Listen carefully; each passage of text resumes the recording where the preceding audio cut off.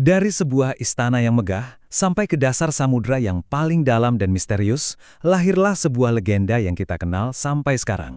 Ini adalah kisah tentang pengkhianatan. Sebuah cerita yang mengubah seorang putri yang sangat dicintai menjadi penguasa lautan yang luar biasa perkasa. Yuk kita selami bareng-bareng kisah legendaris Putri Kandita. Pernah kebayang nggak gimana ceritanya seorang putri, pewaris tahta, yang hidupnya tuh kayaknya udah sempurna banget, tiba-tiba bisa kehilangan semuanya. Terus, gak cuma itu, dia bangkit lagi dari titik terendahnya jadi sosok yang punya kekuatan, ya ampun tak tertandingi. Nah, pertanyaan besar ini yang akan kita coba jawab bareng-bareng. Oke, jadi cerita kita ini berawal dari Kerajaan Pakuan Pajajaran, sebuah kerajaan yang bisa dibilang makmur dan adil di bawah pimpinan seorang raja yang sangat bijaksana. Nah, disinilah kita pertama kali kenalan sama tokoh utama kita, Putri Kandita. Putri Kandita ini, wah, dia itu segalanya buat ayahnya, Prabu Siliwangi. Gak cuma cantik luar biasa, tapi dia juga mewarisi kebijaksanaan ayahnya. Pokoknya paket lengkap deh. Jadi, wajar banget kalau sang Prabu ngelihat putrinya ini sebagai masa depan kerajaan yang cerah. Udah dipastikan dialah yang bakal jadi penerus tahta. Tapi, ya namanya juga kehidupan istana kan? Gak semua orang ternyata senang dengan rencana sang raja ini. Di balik semua kemegahan itu, diam-diam tumbuh rasa cemburu dan iri hati. Terutama dari para selir dan anak-anak mereka. Dan di tengah gelapnya malam, mulailah sebuah persekongkolan. Para selir dan anak-anaknya ini ngumpul bareng, disatukan oleh satu niat yang jahat banget. Apa itu? Ya, menyingkirkan Putri Kandita, biar jalan mereka menuju tahta jadi mulus. Tapi, rencana mereka harus super licik.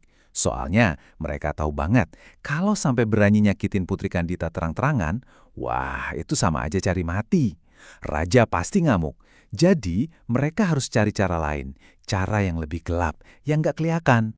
Dan akhirnya, mereka nemu solusinya. Solusinya ini bukan pakai pedang atau racun loh, tapi sesuatu yang, jujur aja, jauh lebih mengerikan. Ilmu hitam.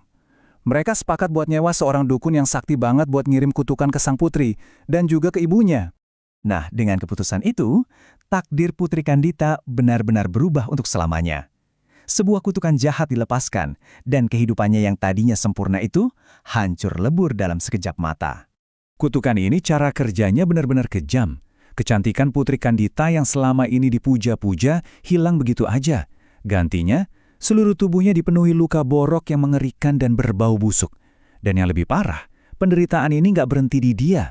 Ibunya, sang permaisuri, juga ikut kena. Tragedi ini ternyata nggak berhenti sampai di situ. Penyakit ibunya, sang permaisuri, makin parah sampai akhirnya meninggal dunia. Tabib-tabib paling hebat pun nggak bisa nemuin obatnya. Nah, momen menjadikan ini justru dimanfaatkan sama para selir. Mereka mulai menghasut raja, bilang kalau penyakitnya Kandita ini adalah pertanda sial, pertanda malapetaka buat kerajaan. Karena terus-menerus ditekan dan dihasut, Prabu Siliwangi yang hatinya udah hancur banget, akhirnya mengambil keputusan yang nggak kebayang. Dia mengusir Putri Kandita, putri satu-satunya yang paling dia sayang, dari istana. Coba dibayangin, gimana hancurnya perasaan sang putri, diusir sama ayahnya sendiri. Dan disinilah babak baru dalam hidupnya dimulai. Sendirian, terbuang, nggak punya tujuan, Putri Kandita jalan terus berhari-hari. Sampai akhirnya, langkahnya membawa dia ke pesisir selatan, ke tepi samudra yang luas banget. Dia benar-benar ada di titik terendahnya. Capek, sendirian, putus asa, akhirnya tubuhnya nggak kuat lagi. Dia jatuh pingsan di atas sebuah batu karang, dan tertidur pulas ditemani suara deburan ombak. Tapi justru di tengah keputusasaannya itu, sesuatu yang ajaib terjadi. Dalam tidurnya yang lelap, dia mendengar sebuah suara misterius, suara gaib yang berbisik di mimpinya dan menawarkan harapan. Perintah dari suara itu jelas banget, tapi sekaligus menakutkan. Suara itu bilang, kalau kamu mau sembuh, ceburkan dirimu ke laut ini. Nggak ada jaminan apa-apa. Sang putri dihadapkan pada pilihan, pasrah sama penderitaannya, atau nekat percaya pada suara gaib itu. Dan dia memilih untuk percaya. Dia melompat ke dalam ombak. Keputusan nekatnya ini ternyata jadi titik balik terbesar dalam hidupnya.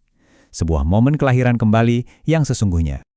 Dan keajaiban pun terjadi. Begitu kulitnya menyentuh air laut, semua borok di tubuhnya hilang seketika.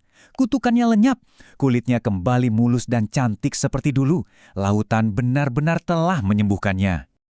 Tapi tunggu dulu, ini bukan cuma soal penyembuhan loh. Lautan nggak cuma mengembalikan kecantikannya, tapi juga memberinya kekuatan magis yang luar biasa dahsyat. Nah, dengan kekuatan baru inilah dia mengambil satu keputusan besar. Dia nggak akan pernah kembali ke istana, ke dunia yang udah membuang dia. Dia sekarang punya kerajaan baru, bukan lagi di darat, tapi di kedalaman samudra. Sosok Putri Kandita yang lemah dan terbuang itu udah nggak ada lagi. Sebagai gantinya, lahirlah Sang Ratu Laut Selatan. Nah, kabar tentang kecantikan dan kesaktiannya ini menyebar kemana-mana. Banyak pangeran dari berbagai kerajaan datang buat melamar dia. Tapi, tunggu dulu. Sang Ratu sekarang punya aturan main sendiri. Dia nggak mau jadi hadiah. Sebaliknya, dia nantang mereka semua, kalahkan aku dalam duel sihir. Kalau kamu menang, aku jadi milikmu. Tapi, kalau kamu kalah, kamu harus jadi pengikut setiaku. Terus hasilnya gimana? Ya, nggak ada satupun yang bisa ngalahin dia. Satu persatu, pangeran-pangeran yang tadinya gagah berani itu tunduk di hadapannya. Mereka semua jadi bagian dari kerajaannya di dasar laut. Dia pun jadi penguasa mutlak di wilayahnya. Jadi, kalau kita renungkan lagi ya, ini sebenarnya kisah tentang apa? Apakah transformasi Putri Kandita ini semacam balas dendam yang paling manis terhadap dunia yang udah mengkhianati dia? Atau jangan-jangan semua pengkhianatan dan penderitaan itu emang jalan yang harus dia lewati buat memenuhi takdirnya yang sesungguhnya sebagai Ratu Laut Selatan yang perkasa? Nah, itu pertanyaan yang menarik buat kita pikirkan, ya kan?